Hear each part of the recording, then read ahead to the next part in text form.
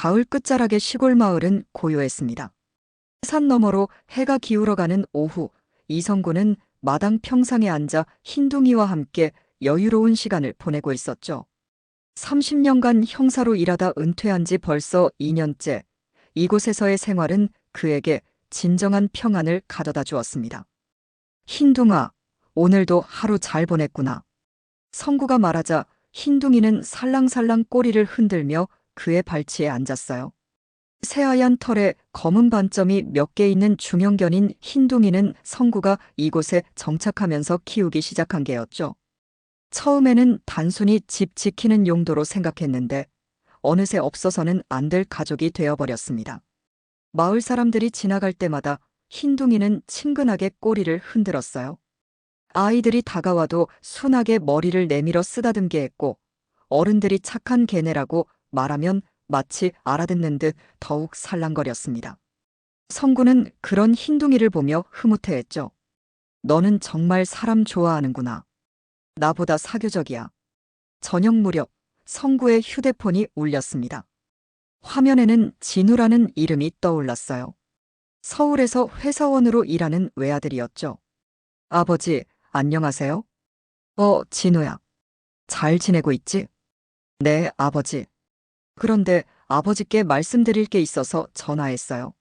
성구는 뭔가 중요한 이야기가 있을 것 같다는 느낌이 들었습니다. 진우의 목소리에 평소와 다른 긴장감이 묻어 있었거든요. 무슨 일이야? 사실은 여자친구가 있는데 아버지께 소개해드리고 싶어서요. 성구는 잠시 말을 잃었습니다. 진우가 연애한다는 이야기는 들어본 적이 없었거든요. 32살이 되도록 결혼은커녕 여자친구 이야기조차 하지 않아서 걱정이 되었는데 갑작스러운 소식이었어요. 그래, 좋은 사람 만났구나. 네, 정말 좋은 사람이에요. 이번 주말에 집에 데려가도 될까요? 아버지께 인사드리고 싶다고 하거든요. 성구는 마음속으로 기뻤습니다. 아들이 드디어 좋은 사람을 만나서 결혼 생각까지 하는 모양이었죠. 혼자 살아가는 것보다는 좋은 반려자와 함께하는 것이 나을 테니까요. 물론이지. 언제든 와라. 아버지가 맛있는 음식 준비해 놓을게.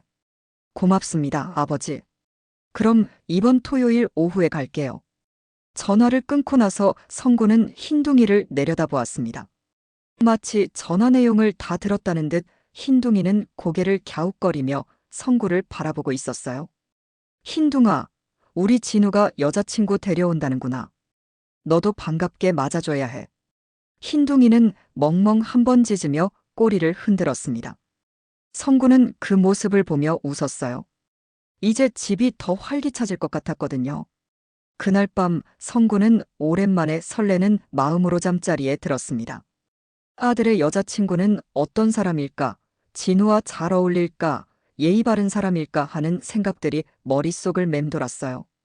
흰둥이도 평소보다 일찍 집으로 들어와 성구 옆에 누워 잠들었습니다.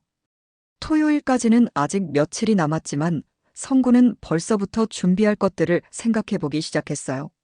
진우가 좋아하는 갈비찜도 만들어야 하고 집 청소도 다시 한번 해야겠다는 생각이 들었습니다. 무엇보다 아들의 여자친구에게 좋은 인상을 남기고 싶었거든요. 내일부터 준비 시작해야겠구나. 성구는 그렇게 중얼거리며 천천히 잠에 빠져들었습니다. 흰둥이의 고른 숨소리가 고요한 밤을 더욱 평화롭게 만들어 주었어요. 토요일 오후 2시 성구는 마당에서 흰둥이와 함께 진우를 기다리고 있었습니다.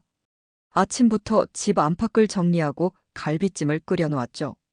흰둥이도 평소보다 깨끗하게 목욕을 시켜서 하얀 털이 더욱 윤기 있게 빛나고 있었어요. 진우 차 소리 들리는 것 같은데. 성구가 말하자 흰둥이는 귀를 쫑긋 세우며 대문 쪽을 바라봤습니다. 곧이어 익숙한 엔진 소리가 들려왔고 진우의 차가 마당으로 들어왔어요. 차에서 내린 진우는 평소보다 단정하게 차려입고 있었습니다. 그리고 조수석에서 내린 여자를 보는 순간 성구는 첫인상이 꽤 괜찮다는 생각이 들었어요. 키가 적당히 크고 단아한 인상에 정갈한 옷차림이었거든요. 아버지, 안녕하세요. 진우가 먼저 인사를 하며 다가왔습니다. 그 뒤로 여자가 살짝 긴장한 표정으로 따라왔어요. 아버지, 제 여자친구 서연이에요. 서연아, 우리 아버지야. 서연은 정중하게 고개를 숙이며 인사했습니다. 안녕하세요, 아버지. 김서연입니다. 진우 오빠가 아버지 이야기를 많이 들려주셔서 꼭 뵙고 싶었어요. 그래요. 멀리서 고생해서 왔구나. 어서 들어가자. 성구는 서연의 예의 바른 모습에 마음이 놓였습니다. 목소리도 차분하고 인사도 깍듯했거든요. 진우가 좋은 사람을 만났다는 생각이 들었어요. 그런데 그때였습니다. 평소에 사람만 보면 꼬리부터 흔들며 달려오던 흰둥이가 갑자기 날카롭게 짖기 시작했어요. 왈왈왈.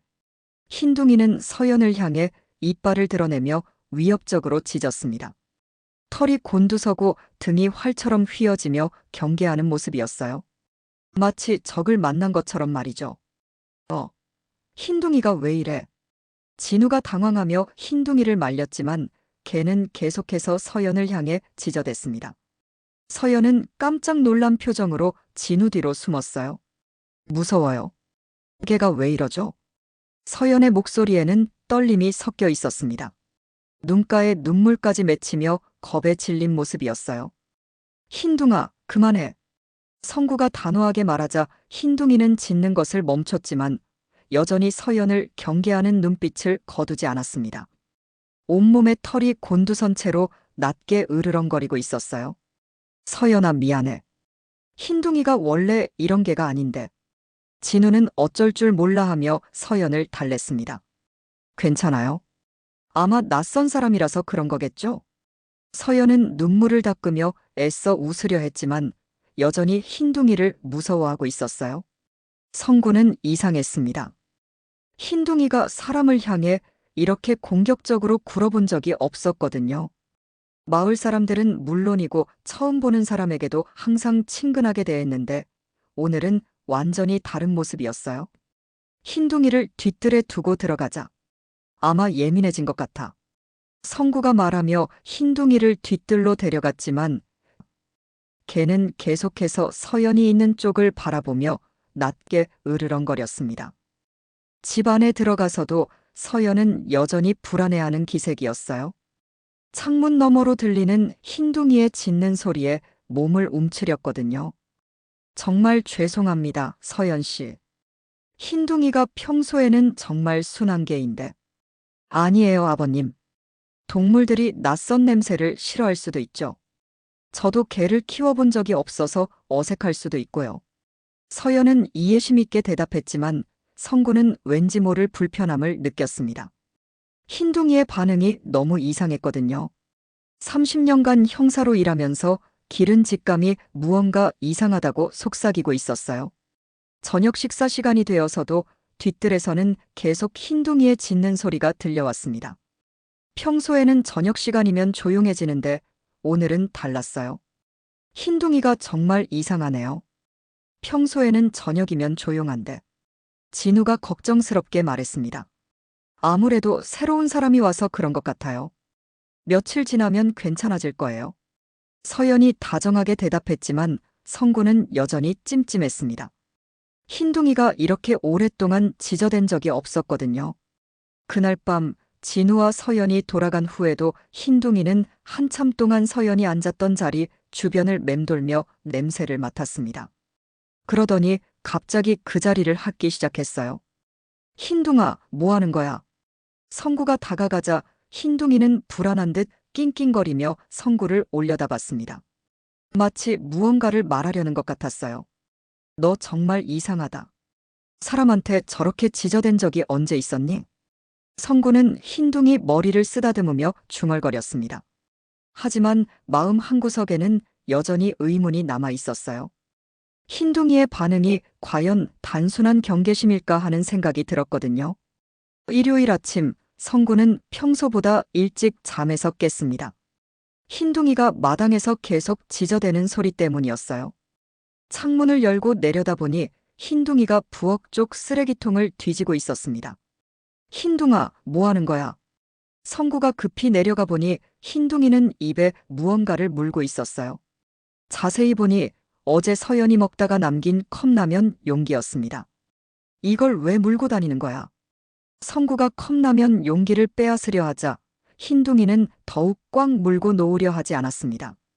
마치 이것이 중요한 증거라도 되는 양말이죠. 나, 흰둥아. 더러운 거 물고 다니면 안 돼. 결국 성구가 억지로 빼앗아 자세히 살펴보니 이상한 점이 있었어요.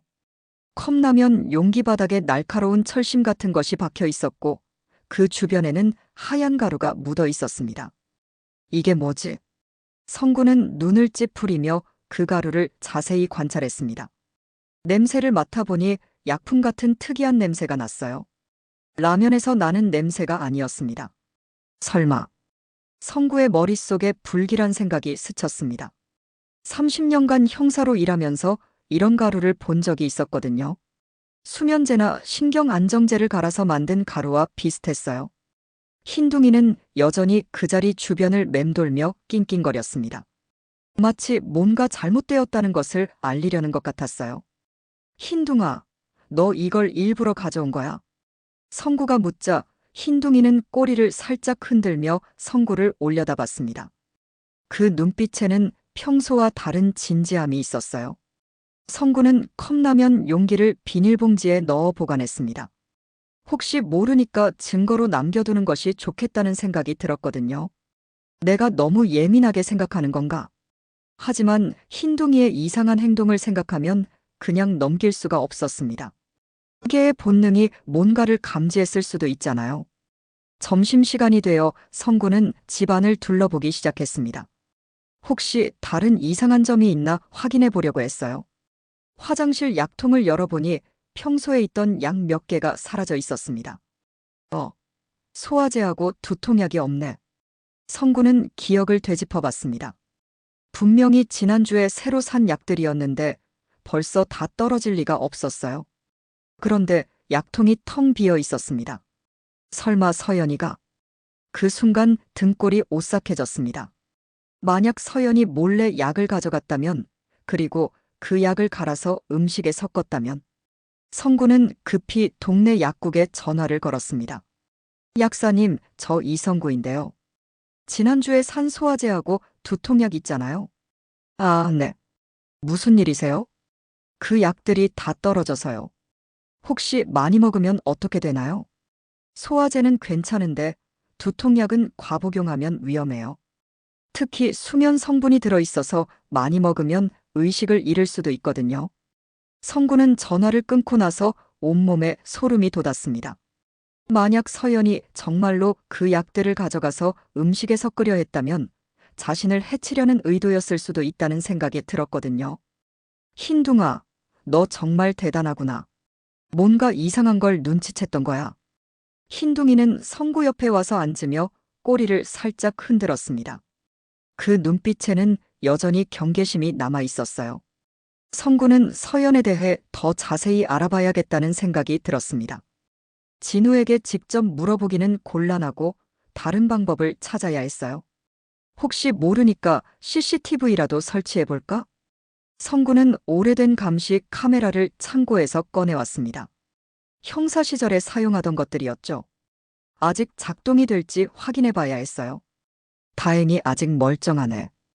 카메라를 거실과 부엌에 설치하고 나서 성구는 조금 안심이 되었습니다. 혹시 다음에 서연이 왔을 때 이상한 행동을 한다면 증거를 남길 수 있을 테니까요. 저녁이 되어 흰둥이에게 밥을 주면서 성구는 중얼거렸습니다. 흰둥아, 내가 옳았을 수도 있겠다. 사람은 겉모습만 봐서는 알 수가 없어. 흰둥이는 밥을 먹으면서도 가끔 고개를 들어 성구를 바라봤습니다. 마치 자신이 경고했던 것을 기억해달라는 듯이 말이죠. 그날 밤 성구는 오랜만에 형사 시절의 직감을 되살려보려 했습니다. 서연의 행동, 말투, 표정을 하나하나 되짚어보면서 혹시 놓친 것이 있나 생각해봤어요. 분명히 뭔가 이상한 구석이 있어. 흰둥이가 그냥 짖은 게 아니야.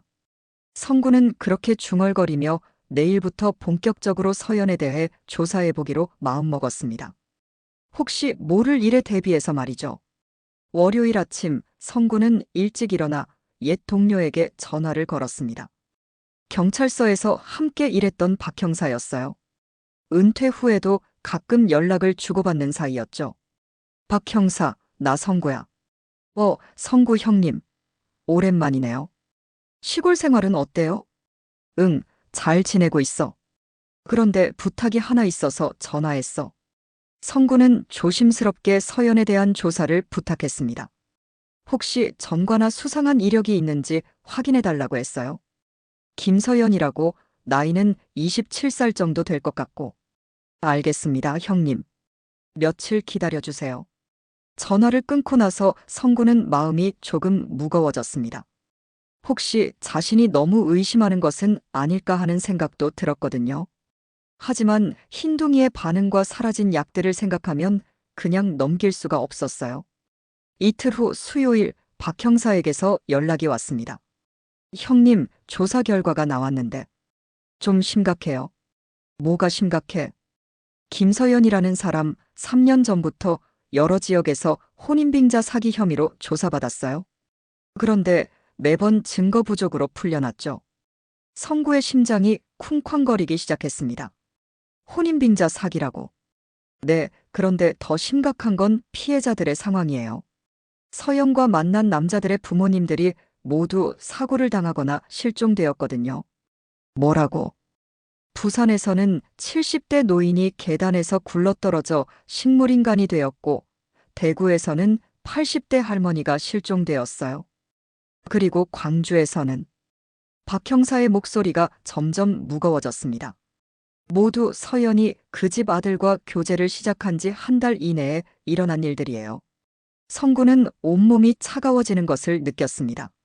만약 이것이 우연이 아니라면 서연은 계획적으로 노인들을 타겟으로 삼는 범죄자일 수도 있었어요. 보험금은 어떻게 되었어? 모든 피해자들이 큰 액수의 보험에 가입되어 있었어요. 그리고 수익자는 모두 아들들이었죠. 하지만 서연과의 관계 때문에 의심을 받았고 결국 보험금을 받지 못했거든요. 성구는 머리가 어지러웠습니다. 서연이 정말로 자신을 타겟으로 삼고 있는 것일까요? 형님, 조심하세요. 이 여자는 정말 위험할 수 있어요. 알겠어, 고마워. 전화를 끊고 나서 성구는 급히 진우에게 연락했습니다. 진우야, 아버지야. 네, 아버지. 무슨 일이세요? 서연 씨에 대해서 좀 물어보고 싶은데. 그 사람 가족은 어떻게 돼? 가족이요? 부모님은 일찍 돌아가셨다고 하고 혼자 살고 있어요. 왜 갑자기 그런 걸 물어보세요? 그냥 궁금해서. 그리고 서연 씨가 혹시 아버지 보험 이야기 물어본 적 있어? 진우는 잠시 침묵했습니다. 그러고 보니 지난번에 아버지 건강보험에 대해서 물어보더라고요. 연세도 있으시니까 혹시 큰 보험에 가입해 놨는지 궁금하다고. 성구의 혈관에 찬 기운이 돌았습니다. 서연이 정말로 보험금을 노리고 있었던 것 같았어요. 진우야, 아버지가 하는 말 잘 들어. 서연 씨와 당분간 만나지 마. 네. 왜요? 무슨 일 있으세요? 지금 당장 설명하기는 어렵지만 아버지 말을 믿고 조심해라. 아버지, 도대체 무슨? 나중에 자세히 얘기해 줄게. 일단은 서연 씨와 거리를 두고 혹시 서연 씨가 집에 오고 싶다고 하면 절대 혼자 오지 못하게 해. 진우는 당황한 목소리로 대답했습니다. 알겠어요, 아버지. 그런데 정말 무슨 일인지 걱정돼요. 전화를 끊고 나서 성구는 흰둥이를 불렀습니다. 흰둥아, 내가 옳았어. 그 여자 정말 위험한 사람이야. 흰둥이는 마치 모든 것을 알고 있었다는 듯 성구 옆에 와서 앉았습니다. 그리고 성구의 손을 살짝 핥아 주었어요. 성구는 집안의 CCTV를 다시 한번 점검했습니다. 혹시 서연이 다시 올 경우를 대비해서 모든 각도에서 촬영이 가능하도록 카메라 위치를 조정했어요. 이제 증거만 잡으면 돼. 그날 저녁 성구는 오랜만에 형사 시절의 수첩을 꺼내 들었습니다. 서연에 대한 모든 정보를 정리해서 기록해 두려고 했어요. 혹시 모를 상황에 대비해서 말이죠. 수첩에 적어 내려가면서 성구는 소름이 돋았습니다. 서연의 행동 패턴이 너무나 치밀하고 계획적이었거든요. 단순한 사기꾼이 아니라 연쇄 범죄자의 가능성이 높아 보였어요. 흰둥아, 우리가 정말 조심해야겠다. 흰둥이는 성구발치에 누우며 낮게 으르렁거렸습니다. 마치 언제든 위험에 대비하고 있다는 듯이 말이죠. 목요일 오후 성구는 박 형사에게서 추가 연락을 받았습니다. 더 충격적인 사실이 밝혀졌다는 내용이었어요. 형님, 서연에 대해서 더 조사해봤는데 정말 심각해요. 뭘 더 알아냈어? 이 여자 실제로는 조직적으로 움직이고 있어요. 혼자가 아니라 보험 사기 전문 조직과 연결되어 있거든요. 성구는 의자에 깊숙이 몸을 맡겼습니다. 상황이 생각보다 훨씬 복잡하고 위험했어요. 조직이라고. 네, 전국 단위로 활동하는 보험 사기 조직이에요. 서연은 그 조직에서 미끼 역할을 담당하고 있어요. 혼자 사는 노인들을 타겟으로 접근해서 사고를 유발하는 거죠. 박 형사는 계속해서 충격적인 사실들을 알려주었습니다. 피해자들의 공통점이 있어요. 모두 외아들을 둔 홀아버지들이고 상당한 재산과 보험금을 보유하고 있었거든요. 성구는 자신의 상황과 너무나 일치한다는 것을 깨달았습니다. 외아들 진우, 홀아버지인 자신, 그리고 형사 시절 모아둔 제법 큰 퇴직금과 보험.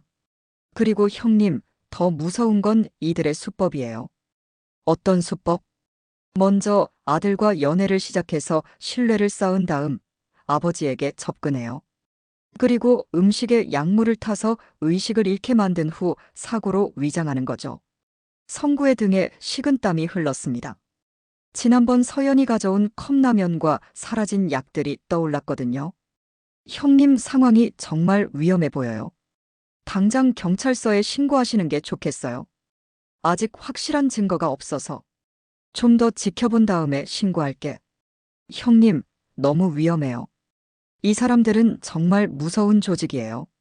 전화를 끊고 나서 성구는 온몸이 떨리는 것을 느꼈습니다. 서연이 단순한 사기꾼이 아니라 살인까지 저지르는 조직의 일원이라니. 그때 진우에게서 전화가 왔습니다. 아버지, 서연이가 내일 오후에 아버지 댁에 혼자 가서 안부 인사드리고 싶다고 하는데요. 성구는 순간 온몸이 굳어지는 것을 느꼈습니다. 드디어 서연이 본격적인 행동에 나서려는 것 같았어요. 진우야, 절대 안 돼. 서연 씨 혼자 오는 건 막아야 해. 왜요? 서연이가 정말 성의를 보이려고 하는 건데. 진우야, 아버지 말 믿고 막아라. 정말 위험할 수 있어. 아버지, 도대체 뭐가 위험하다는 거예요? 서연이는 정말 좋은 사람이에요. 성구는 진우에게 모든 것을 말해주고 싶었지만 아직 확실한 증거가 없었어요. 자칫 잘못하면 진우와 서연 사이만 더 틀어질 수도 있었거든요. 일단 내일은 너도 함께 와라. 서연 씨 혼자는 절대 안 돼. 알겠어요, 아버지. 그런데 정말 걱정돼요. 전화를 끊고 나서 성구는 흰둥이를 불렀습니다. 흰둥아, 내일 정말 조심해야겠다. 내가 처음부터 경고해 준 게 맞았어. 흰둥이는 성구의 심각한 표정을 보더니 귀를 쫑긋 세우며 경계 모드로 들어갔습니다. 성구는 내일을 대비해서 모든 준비를 했습니다. CCTV 배터리를 충전하고 녹화 시간을 최대로 설정했어요. 그리고 혹시 모를 상황에 대비해서 옛 동료들의 전화번호를 미리 저장해뒀습니다. 만약 서연이 정말로 뭔가 시도한다면 이번에는 확실한 증거를 잡을 수 있을 거야. 그날 밤 성구는 잠을 이루지 못했습니다. 계속해서 내일 일에 대한 걱정이 들었거든요. 혹시 자신이 과민 반응하는 것일까 하는 생각도 들었지만 박 형사가 알려준 정보들을 생각하면 절대 가볍게 넘길 일이 아니었어요. 흰둥이도 평소와 달리 밤새 깨어서 집 주변을 경계하고 있었습니다. 마치 내일 있을 일을 예감하고 있는 것 같았어요. 새벽이 되어서야 성구는 잠깐 잠들 수 있었습니다. 하지만 꿈속에서도 서연의 모습이 계속 나타나서 편안하지 못했어요. 아침에 일어나서 성구는 마지막으로 CCTV를 점검했습니다. 모든 카메라가 정상적으로 작동하고 있었고 녹화도 잘 되고 있었어요. 오늘이 진실을 밝힐 수 있는 마지막 기회일지도 몰라. 성구는 그렇게 중얼거리며 오후를 기다렸습니다. 흰둥이는 그런 성구 옆에서 긴장한 채로 함께 대기하고 있었어요. 금요일 오후 3시 성구는 거실에 앉아 창밖을 바라보고 있었습니다. CCTV는 모두 작동 중이었고 흰둥이는 마당에서 불안하게 왔다 갔다 하고 있었어요. 곧이어 진우의 차가 들어오는 소리가 들렸습니다. 하지만 이상하게도 차에서 진우만 내렸어요. 아버지, 안녕하세요. 진우가 현관문을 열고 들어오자 성구는 의아해했습니다. 서연 씨는 어디 있어? 아, 서연이는 회사에서 급한 일이 생겨서 못 왔어요. 대신 저녁에 혼자 올 수 있는지 물어보더라고요. 성구는 가슴이 덜컥 내려앉았습니다. 결국 서연이 혼자 오려고 하는 것이었어요. 진우야, 서연 씨 혼자 오는 건 안 된다고 했잖아. 왜 그러세요, 아버지? 서연이가 정성껏 음식까지 준비해서 가져오겠다고 하는데. 음식을 가져온다고. 성구의 얼굴이 창백해졌습니다. 음식에 약물을 타서 가져올 가능성이 높았거든요. 진우야, 아버지가 왜 그러는지 나중에 설명해 줄게. 일단 서연 씨한테 오늘은 오지 말라고 해. 아버지, 도대체 무슨 일인지 말씀해 주세요. 서연이가 뭘 잘못했다는 거예요? 진우는 답답해하며 성구를 바라봤습니다. 하지만 성구는 아직 확실한 증거가 없는 상황에서 모든 것을 말하기 어려웠어요. 일단 내가 하는 대로 해줘. 서연 씨가 혼자 오는 건 정말 위험해. 진우는 어쩔 수 없이 서연에게 전화를 걸었습니다. 서연아, 아버지가. 아, 네. 벌써 나오셨어요? 진우의 표정이 당황스럽게 변했습니다. 지금 아버지 댁 근처까지 왔다고요? 음식도 준비해서요? 성구는 급히 진우의 전화를 받았습니다. 서연 씨, 저 성구입니다. 아, 아버지. 지금 아버지 댁으로 가고 있어요. 정성껏 죽을 끓여서 가져가고 있거든요. 서연의 목소리는 평소처럼 밝고 다정했습니다. 하지만 성구는 그 속에 숨겨진 의도를 느낄 수 있었어요. 서연 씨, 오늘은 좀 피곤해서 다음에 와주세요. 아니에요, 아버지. 벌써 다 와가는데 그냥 갈 수는 없죠. 맛있는 전복죽 끓여왔어요. 서연은 완강했습니다. 이미 계획을 실행에 옮기기로 마음먹은 것 같았어요. 그럼 진우하고 같이 와주세요. 진우 오빠는 회사에서 급한 일이 있대요. 제가 혼자 갈게요. 금방 인사만 드리고 올 거예요. 결국 서연은 전화를 끊어버렸습니다. 성구는 급히 진우에게 말했어요. 진우야, 당장 회사로 돌아가라. 네. 왜요? 지금 당장. 그리고 1시간 후에 다시 와라. 이해할 수 없겠지만 아버지를 믿어라. 진우는 영문을 모르겠다는 표정이었지만 성구의 심각한 표정을 보고 차를 타고 떠났습니다. 성구는 흰둥이를 집 안으로 불러들였습니다. 흰둥아, 오늘 정말 중요한 날이야. 내가 처음 경고해준 대로 저 여자는 정말 위험한 사람이야. 흰둥이는 성구 옆에 바짝 붙어 앉으며 경계 태세를 취했습니다. 10분 후 서연의 차가 마당으로 들어왔습니다. 그녀는 손에 보온병을 들고 환하게 웃으며 다가왔어요. 아버지, 안녕하세요. 맛있는 죽 끓여왔어요. 서연은 평소처럼 밝고 상냥한 모습이었습니다. 하지만 흰둥이는 즉시 낮게 으르렁거리기 시작했어요. 어머, 흰둥이가 또 그러네요. 정말 저를 싫어하나 봐요. 서연이 애써 웃으며 말했지만 성구는 그녀의 눈에서 차가운 빛을 포착했습니다. 들어오세요, 서연 씨. 성구는 최대한 자연스럽게 행동하려 했습니다. 서연이 의심하지 않도록 평소처럼 대해야 했거든요. 와, 정말 맛있어 보이네요. 전복죽이라고 했죠? 네, 아버지 건강에 좋을 것 같아서 정성껏 끓여왔어요. 꼭 드셔보세요. 서연은 보온병에서 죽을 그릇에 담아주었습니다. 하얀 죽 위에 전복 조각들이 예쁘게 올려져 있었어요. 고마워요, 서연 씨. 그런데 진우는 정말 못 와요. 네, 회사에서 정말 급한 일이 생겼다고 하더라고요. 대신 제가 아버지 안부 여쭤보러 왔어요. 서연은 성구가 죽을 먹기를 기다리고 있었습니다. 그 눈빛에는 이상한 기대감이 섞여 있었어요. 성구는 CCTV가 모든 것을 녹화하고 있다는 것을 확인하며 조심스럽게 상황을 지켜봤습니다. 이제 서연의 진짜 모습이 드러날 시간이었어요. 성구는 죽그릇을 받아들고 서연을 바라봤습니다. 그녀의 얼굴에는 기대와 긴장이 교차하고 있었어요. 정말 맛있어 보이네요. 그런데 먼저 흰둥이에게 조금 줘도 될까요? 이 녀석이 전복을 좋아하거든요. 성구가 말하자 서연의 표정이 순간 굳어졌습니다. 아, 걔한테는 안 좋을 수도 있어요. 사람 음식이라서. 괜찮아요. 전복은 걔한테도 좋거든요. 성구는 작은 그릇에 죽을 조금 덜어서 흰둥이 앞에 놓았습니다. 평소 같으면 바로 달려들었을 흰둥이가 냄새만 맡고 고개를 돌려버렸어요. 흰둥이가 안 먹네. 성구가 의외라는 듯 말하자 서연이 당황하며 대답했습니다. 아마 배가 불러서 그런 것 같아요. 개들은 원래 까다롭잖아요. 하지만 흰둥이는 계속해서 그 죽에서 고개를 돌리고 있었습니다. 심지어 뒷걸음질까지 치며 멀어지려 했어요. 이상하네요. 흰둥이가 이렇게 음식을 거부한 적이 없는데 성구가 중얼거리자 서연의 얼굴에 짜증이 스쳤습니다. 아버지, 그냥 드세요. 식기 전에 드시는 게 좋을 것 같아요. 서연의 목소리에 조급함이 묻어나기 시작했습니다. 성구는 이 순간을 놓칠 수 없었어요. 서연 씨, 혹시 이 죽에 뭔가 특별한 재료가 들어있나요? 네. 그냥 전복하고 쌀 그리고 몸에 좋은 한약재 조금.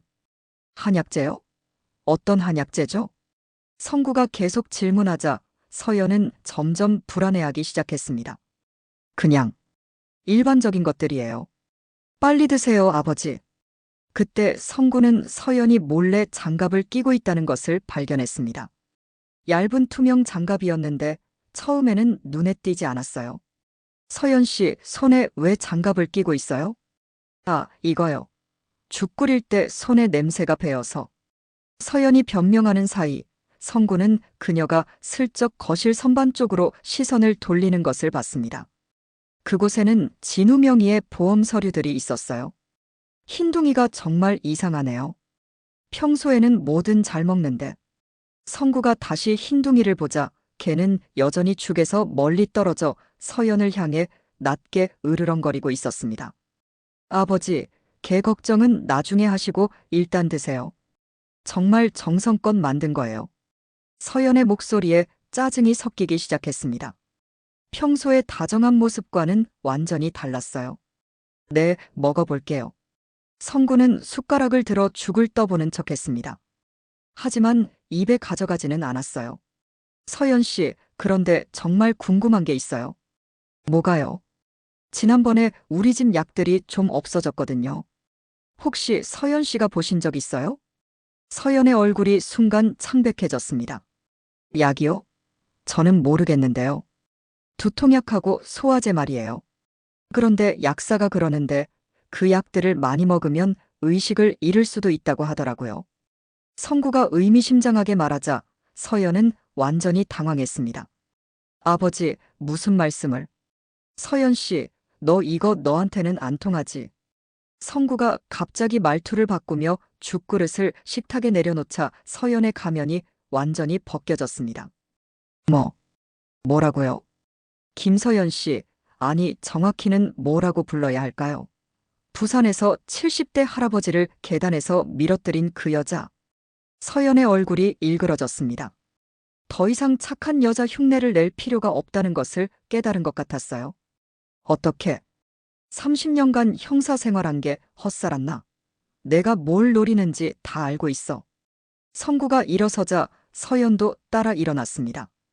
그녀의 눈에는 더 이상 따뜻함이 없었어요. 차갑고 계산적인 눈빛만 남아 있었습니다. 늙은이가 참견 안 하고 조용히 넘어갔으면 좋았을 텐데. 서연이 중얼거리며 가방에서 무언가를 꺼내려 하는 순간 흰둥이가 큰 소리로 짖으며 그녀에게 달려들었습니다. 왈왈왈. 이게가. 서연이 발로 흰둥이를 차려는 순간 성구는 이미 휴대폰으로 박 형사에게 연락을 취하고 있었습니다.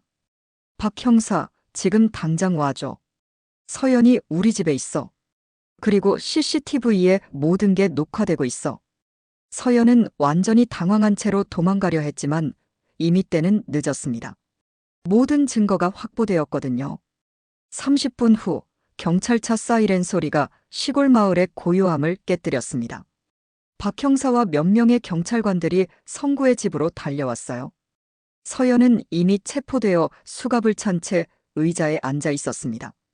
평소에 밝고 상냥한 모습은 온데간데 없이 사라지고 차갑고 비어있는 표정만 남아 있었어요. 형님, 정말 대단하세요. 이 CCTV 영상이면 확실한 증거가 될 것 같아요. 박 형사가 영상을 확인하며 말했습니다. 서연이 장갑을 끼고 보험 서류를 확인하는 모습, 그리고 약물이 든 죽을 가져온 정황이 모두 선명하게 촬영되어 있었거든요. 죽에서 수면제 성분이 검출되었습니다. 치사량에 가까운 농도였어요. 감식팀 직원이 분석 결과를 알려주었습니다. 만약 성구가 그 죽을 먹었다면 정말 위험했을 거예요. 그리고 이 여자의 정체도 확인되었습니다. 박 형사가 서류를 들며 설명했습니다. 본명은 이미선, 나이는 31세. 전국 단위 보험 사기 조직의 핵심 멤버였습니다. 김서연은 가명이었어요. 성구는 그동안의 의심이 모두 사실이었다는 것을 확인하고 안도했습니다. 피해자가 몇 명이나 돼요?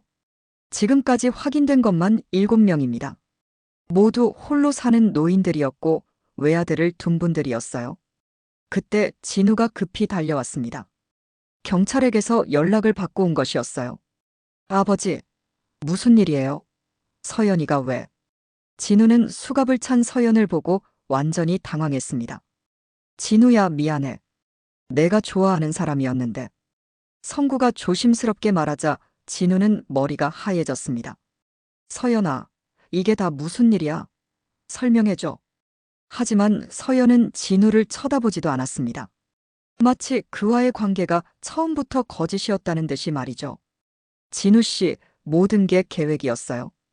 이 여자는 처음부터 당신 아버지를 노린 거였습니다. 박 형사가 차근차근 설명해주자 진우는 무너져 내렸습니다. 그럼 우리가 만난 것도 사귄 것도 모두 거짓이었다는 거야.